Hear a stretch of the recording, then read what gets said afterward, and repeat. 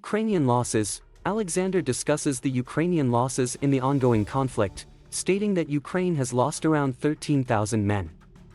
He explains that this information is obtained from radio intercepts, which the Russians used to gather data about Ukrainian losses.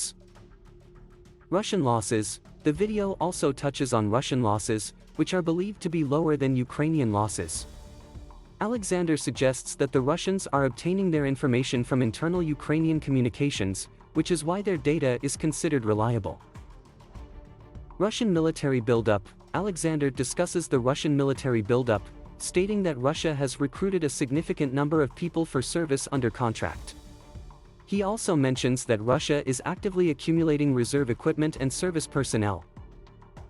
Western support for Ukraine. Alexander talks about the West's support for Ukraine, stating that the West has supplied Ukraine with more tanks in a year than the Soviet Union supplied to North Vietnam over 20 years. However, he also notes that despite this support, the Russian buildup is much greater. India's role. The video also discusses India's role in the global geopolitical landscape.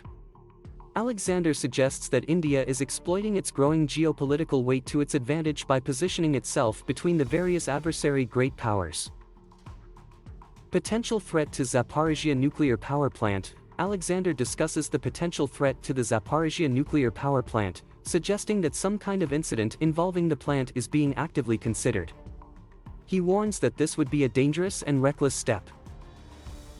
Diplomacy continues. Despite the ongoing conflict, Alexander notes that diplomacy continues.